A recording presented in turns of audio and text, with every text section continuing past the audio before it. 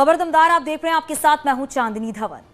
नमस्कार, मैं हूं आपके साथ अमित गर्ग शुक्ला। शुरुआत करते हैं बड़ी खबर के साथ। मैनपुरी लोकसभा और खतौली विधानसभा उपचुनाव पर बीजेपी ने तैयारियां शुरू कर दी हैं। बीजेपी के नेता जीत का दावा भी कर रहे हैं। वहीं एसपी खेमे में भी टिकटों को लेकर मंथन हो रहा है। अखिलेश यादव नेताओं से मिल रहे हैं। साफ है कि उपचुनाव में बीजेपी एसपी में कांटे की टक्कर के असर दिख रहे हैं। वहीं रामपुर विधानसभा उपचुनाव को लेकर अभी पेच फंस गया है। गुरुवार तक रामपुर विधानसभा की तस्वीर साफ हो पाएगी, लेकिन फिलहाल खतौली और साथ ही साथ मैनपुरी के लिए दोनों ही पार्टियों ने अपनी अपनी तैयारियों को अंतिम रूप देना शुरू कर दिया।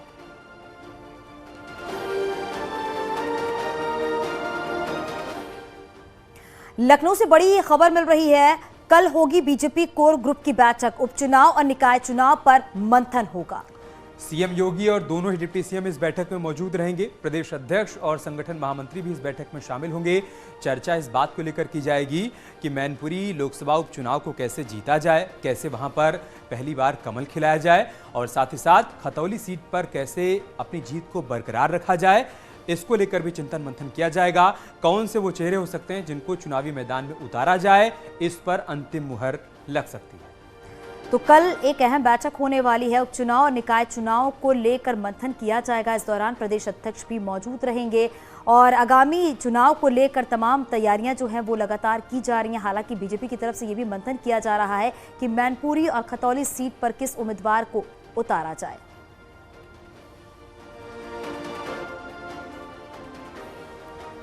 यूपी के डिप्टी सीएम ब्रजेश पाठक ने न्यूज 18 से बातचीत में कहा कि मैनपुरी, रामपुर और खतौली उपचुनाव भारतीय जनता पार्टी जीतेगी। ब्रजेश पाठक ने कहा कि यूपी के लोग एसपी सरकार की अराजकता को नहीं भूले हैं। लोग बीजेपी के साथ हैं। हम सभी सीटों पर चुनाव जीतेंगे। आदरणीय प्रधानमंत्री नरेंद्र मोदी जी की गरीब कल्याण योजनाएं जन जन तक पहुंची हैं। जनता का आशीर्वाद दिनों दिन बढ़ रहा है। उत्तर प्रदेश में कानून का राज और मजबूत हुआ है। लोगों का भरोसा बढ़ा है। आदरणीय मोदी जी, आदरणीय योगी जी के नेतृत्व में हम सभी सीटों पर चुनाव जीतेंगे और दिन प्रतिदिन वोट में इजाफा हो रहा है। सर, मैनपुरी समाजवादी पार्टी का गढ़ माना जाता है, क्या लग रहा है उसके लिए क्या कुछ तैयारियां हैं? भाई देखो संकेत भैया, 47 की आज़ादी के बाद गढ़ सबके चले गए, राजा सब विलय कर दिए संविधान में। अब जनता ही राजा है। जनता जिसका बटन दबाएगी वही हमारा नेतृत्व करेगा उस लोकसभा विधानसभा का। सर, तमाम जो चाहे अगर हम बात करें मैनपुरी और रामपुर की, जो जाति समीकरण है वो कहीं ना कहीं भारतीय जनता पार्टी के उतना पक्ष में नहीं माने जाते हैं। जाति समीकरण है क्या, बताओ आप।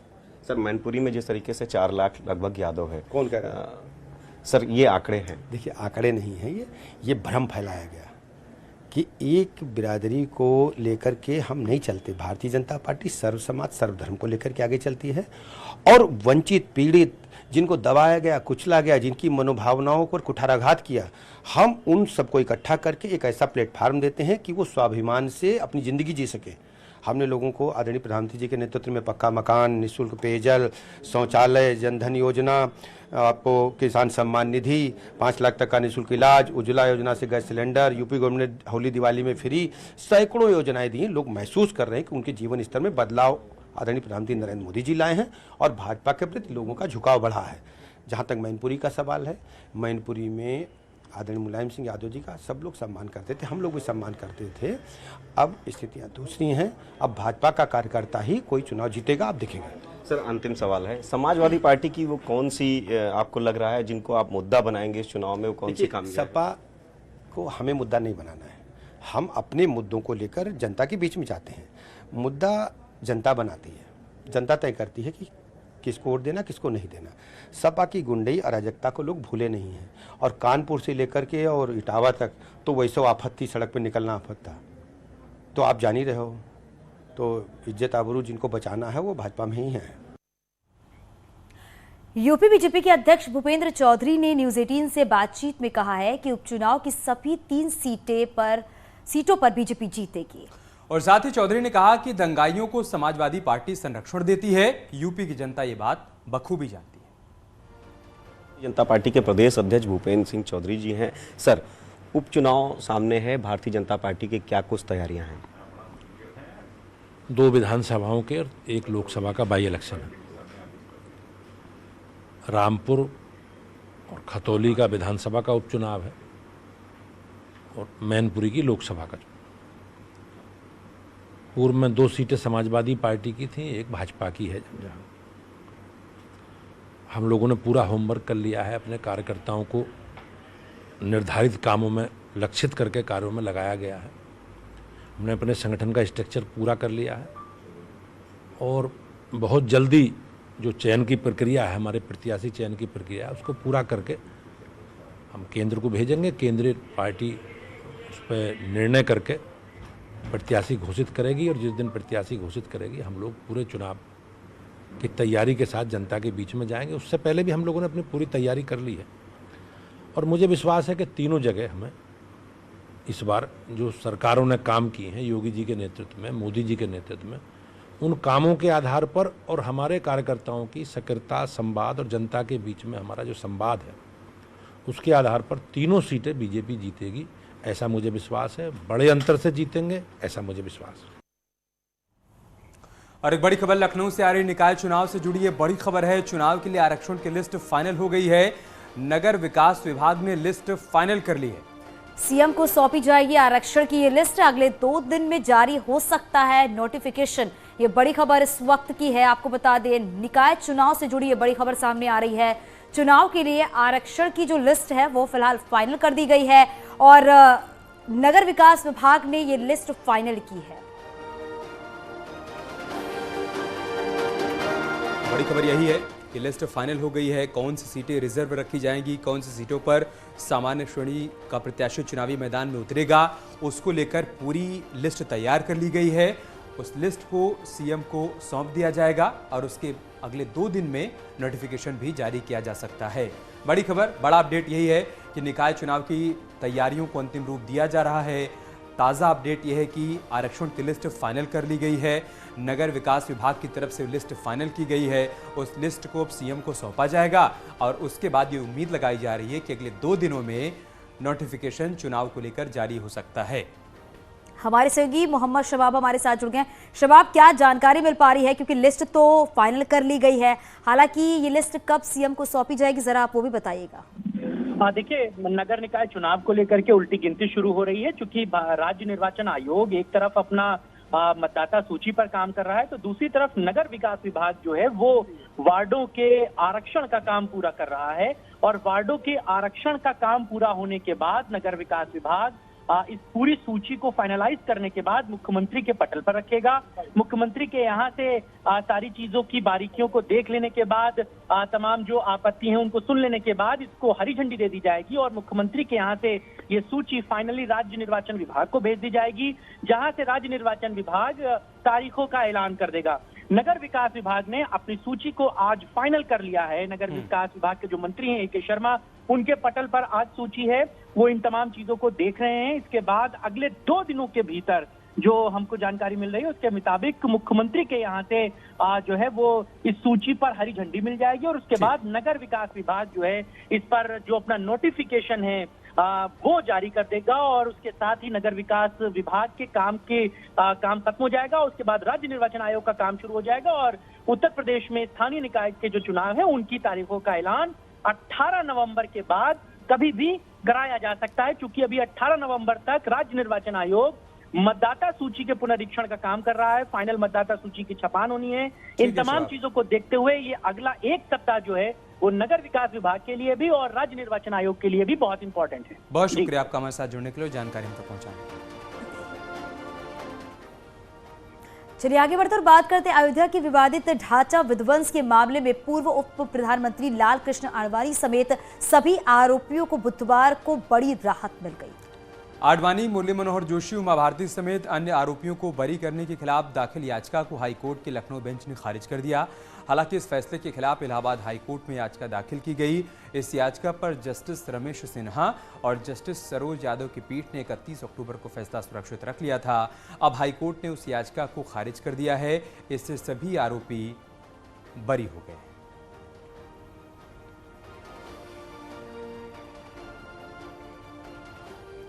और आज सीएम योगी ने मथुरा का दौरा किया। सीएम योगी सबसे पहले श्री कृष्ण जन्मस्थान पहुंचे, जहां सीएम योगी ने पूजा अर्चना की। भगवान कृष्ण की सीएम योगी ने पूरे विधि विधान के साथ पूजा अर्चना की। पूजा के बाद सीएम को प्रसाद दिया गया। इसके साथ ही सीएम योगी ने दान पत्र में दान भी दिया है। सीएम योगी ने श्री कृष्ण जन्मस्थान में पूजा से जुड़ी ये 5 तस्वीरें आप अपने टीवी स्क्रीन पर देख रहे हैं।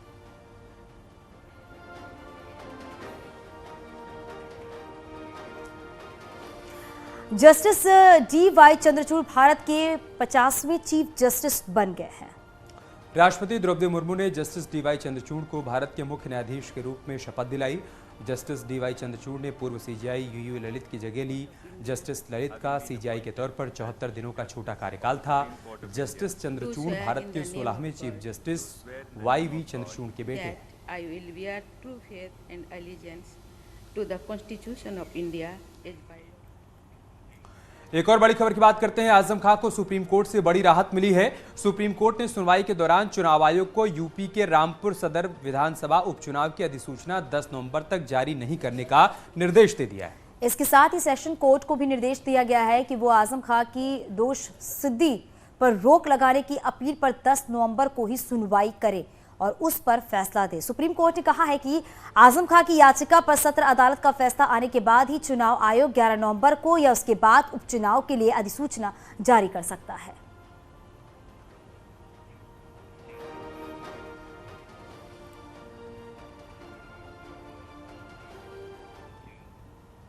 शामली में लव जिहाद मामले में पुलिस ने सनसनीखेज खुलासा किया है। पुलिस ने मामले को फर्जी बताया है। प्रार्थी की शिकायत पर एसएसपी शामली ने जांच टीम बनाकर इस पूरे मामले की जांच पड़ताल करवाई। एसएसपी ने बताया कि शिकायत लेकर डीएम ऑफिस पहुंची महिला और पीड़िता एक ही है, जो कोमल शर्मा नाम की युवती की शिकायत लेकर डीएम ऑफिस पहुंची थी। शामली के झिंझाना निवासी समीर के साथ कोमल शर्मा की दोस्ती फेसबुक के जरिए हुई। हालांकि कोमल शर्मा पहले से ही शादीशुदा है और शादीशुदा होने के बावजूद समीर से लिव इन रिलेशनशिप में रह रही थी। पैसों को लेकर कुछ विवाद भी हुआ और कोमल शर्मा ने एक मनगढ़ंत कहानी बनाई और शिकायत लेकर डीएम ऑफिस पहुंच गए। जो प्रार्थना पत्र दिया गया है वो कोमल द्वारा ही लक्ष्मी नाम से दिया गया है और कोमल का ही नाम लक्ष्मी है और उसने अपना नाम विवाह के बाद परिवर्तित कर लिया था। उसने यह शिकायत दर्ज कराई है कि समीर नाम के युवक ने उससे सोशल मीडिया के माध्यम से संपर्क किया तथा उससे रुपए लिए और इस वजह से वो प्रताड़ित थी, जिस वजह से उसने इस प्रकार आइडेंटिटी छुपाकर अपना प्रार्थना पत्र दिया था। जो वर्तमान तथ्य हैं उनके आधार पर अभियोग पंजीकृत कर थाना झिंझाना को आवश्यक कार्रवाई हेतु निर्देशित कर दिया गया है। चलिए बात करते हैं कासगंज के पटियाली में रुस्तमपुर गांव में पत्नी से नाराज युवक का हाई वोल्टेज ड्रामा देखने को मिला। यहां पत्नी से नाराज होकर युवक टावर पर चढ़ गया। सूचना पर पहुंचे पुलिस ने युवक को समझा बुझाकर टावर से नीचे उतारा, उसको हिरासत में ले लिया। बताया जा रहा है कि पत्नी ने मोबाइल छीन लिया था और इस बात से नाराज होकर उसने ये कदम उठाया।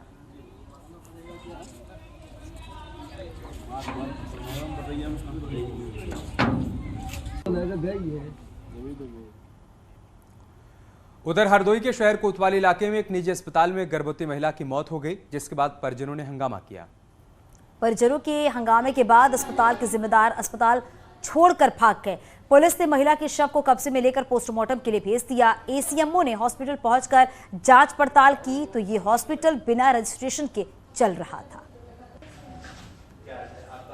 यहाँ पर उसका जो भी इलाज हुआ, जिसके क्योंकि अभी मुझे पेपर देखने को नहीं मिले हैं, यहाँ पे चिकित्सालय में जब से मैं आया हूँ कोई भी स्टाफ या डॉक्टर या पैरामेडिकल कोई भी नहीं है, न ही कोई पेपर ऊपर देखने को मिले हैं, तो उसकी जानकारी नहीं हो पाई कि क्या ऑपरेशन है। इसके अलावा मैंने अन्य 3 मरीज हैं जो कि तीनों डिस्ट्रिक्ट हॉस्पिटल से ही आए हैं यहाँ और आशाओं द्वारा लाए गए। फीस वृद्धि को लेकर बीएचयू में लगातार छात्रों का विरोध प्रदर्शन हो रहा है। फीस वृद्धि के विरोध में अलग अलग छात्र संगठन धरने पर बैठे हैं और इसी कड़ी में काफी संख्या में पहुंचे एबीवीपी छात्र संगठन के छात्रों ने विश्वविद्यालय में मुख्य प्रवेश द्वार को बंद कर दिया, धरने पर बैठ गए। आपको बता दें कि छात्र बीते 25 दिनों से धरने पर हैं। छात्रों का आरोप है कि विश्वविद्यालय प्रशासन उनसे संवाद करने की कोई कोशिश नहीं कर रहा है।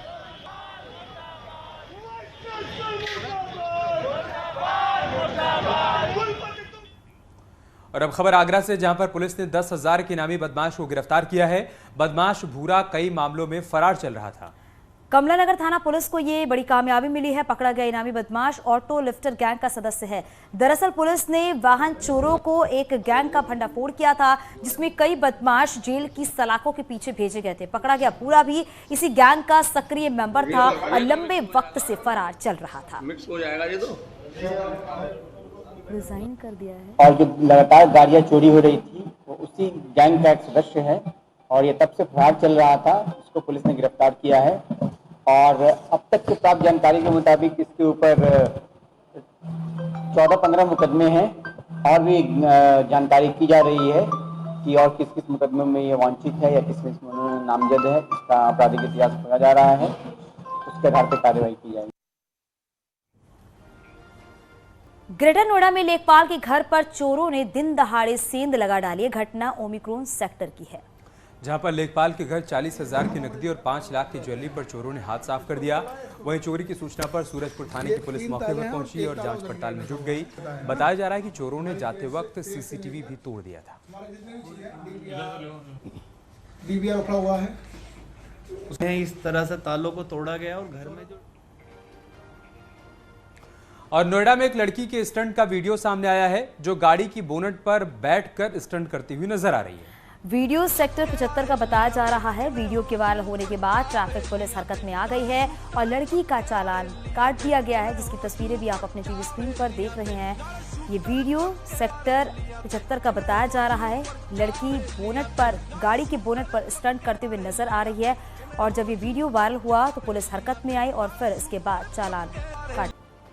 गोरखपुर पुलिस ने जिला प्रशासन के निर्देश पर शहर के चर्चित मेडिकल माफिया अभिषेक यादव पर बड़ी कार्रवाई की है। जिला प्रशासन ने अब तक की कार्रवाई में medical mafia don Abhishek Yadav की कुल 1 अरब 3 करोड़ 5 लाख की बेनामी संपत्ति जब्त कर ली है। आपको बता दें कि हॉस्पिटल संचालक की बेनामी प्रॉपर्टी में जमीन, मकान, वाहन समेत बैंक खाते भी शामिल हैं। गौरतलब है कि राज नर्सिंग एंड पैरामेडिकल कॉलेज के संचालक पर कार्रवाई के संबंध में एसएसपी ने कुर्की की कार्रवाई की पूरी जानकारी साझा की। डॉक्टर अभिषेक यादव की अपराध से अर्जित बेनामी संपत्ति को गैंगस्टर एक्ट के तहत जब्त किया गया है। आपको ये भी बताते चले कि medical mafia doctor Abhishek Yadav पर कुल 20 मुकदमे दर्ज हैं।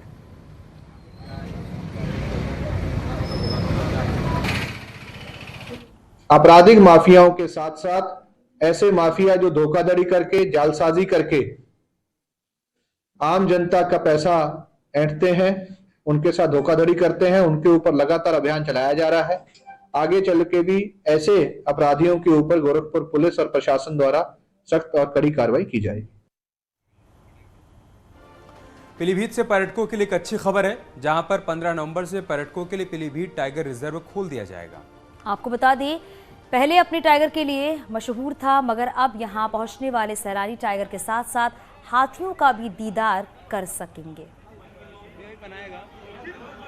मैं इस टाइम खड़ा हूँ पीलीभीत के टाइगर रिजर्व के माला रेंज में। ये माला जंगल का इलाका है। यहाँ पर आपको अब की से जब 15 नवंबर को यहाँ का जंगल खुलेगा पर्यटकों के लिए, तो एक नया अध्याय लिखा जाएगा। पर्यटक यहाँ पर पहली बार हाथियों के भी दर्शन कर पाएंगे। ये हाथी जो है कर्नाटक से लाए गए हैं और ये 4 हाथी फिलहाल अभी पहले राउंड में 4 हाथी आए हैं यहाँ पर, और दर्शकों के लिए ये सबसे सुहावना अवसर होगा। और पहली बार पीलीभीत टाइगर रिजर्व के इतिहास में पहली बार ऐसा होगा कि यहाँ के दर्शक हाथियों का भी नज़ारा कर पाएंगे पीलीभीत जंगलों में।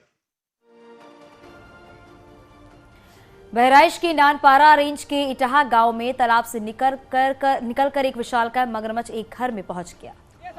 घर के अंदर लोगों ने जब मगरमच्छ को देखा तब उनके होश उड़ गए। परिवार के लोगों के चिल्लाने के बाद गांव के लोग इकट्ठा हो गए। घर का दरवाजा बंद किया गया, जिसके बाद सूचना पर पहुंची वन विभाग की टीम ने मगरमच्छ का रेस्क्यू किया और उसे नहर में छोड़ दिया।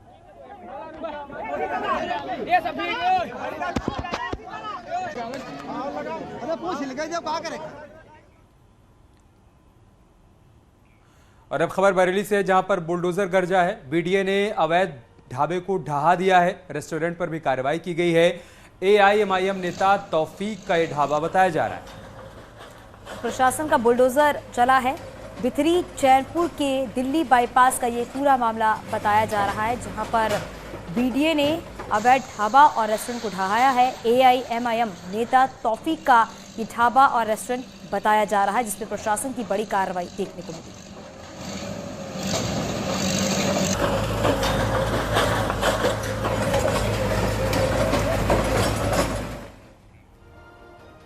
बात आगरा की भी कर लेते हैं। आगरा में भी दिन दहाड़े स्कूटर चोरी की वारदात सामने आई है, जो सीसीटीवी कैमरे में कैद हो गई है।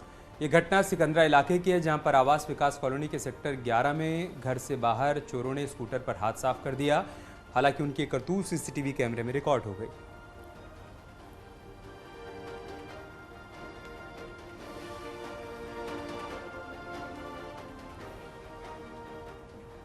प्रधानमंत्री नरेंद्र मोदी हिमाचल प्रदेश के दौरे पर है। हिमाचल प्रदेश के कांगड़ा जिले में पीएम मोदी का काफिला सड़क से गुजर रहा था और इसी दौरान ये देखा गया कि पीएम मोदी ने एक एम्बुलेंस को जगह देने के लिए अपने काफिले को रुकवा दिया। तस्वीरों में आप देख सकते हैं कि पीएम मोदी ने कैसे एम्बुलेंस को जाने के लिए जगह दे दी।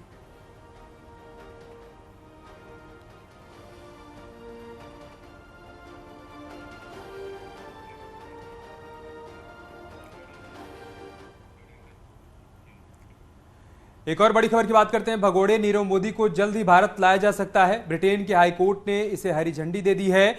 वहां के हाईकोर्ट की तरफ से उस याचिका को खारिज कर दिया गया है जिसमें प्रत्यर्पण रोकने की अपील की गई थी। कोर्ट का कहना है कि नीरव का प्रत्यर्पण किसी भी नजरिए से अन्यायपूर्ण या दमनकारी नहीं होगा। भारत लंबे समय से नीरव मोदी का प्रत्यर्पण चाहता है, लेकिन ब्रिटेन में शरण लिए बैठा नीरव मोदी उस एक्शन से बचने के लिए लगातार अलग अलग तर्क दे रहा है। लेकिन ब्रिटेन की हाईकोर्ट ने पूरी सुनवाई के बाद नीरव मोदी की उस याचिका को खारिज कर दिया है।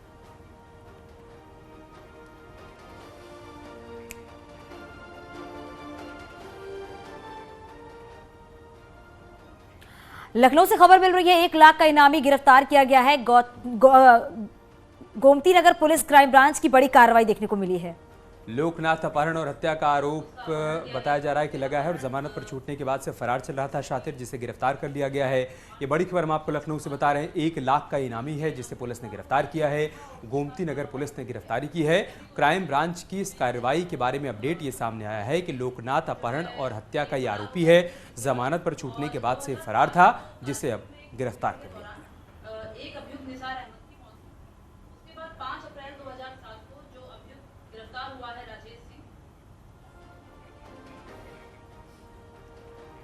यहाँ रुक रहे एक छोटे से ब्रेक के लिए और आगे भी खबरों का सिलसिला जारी है।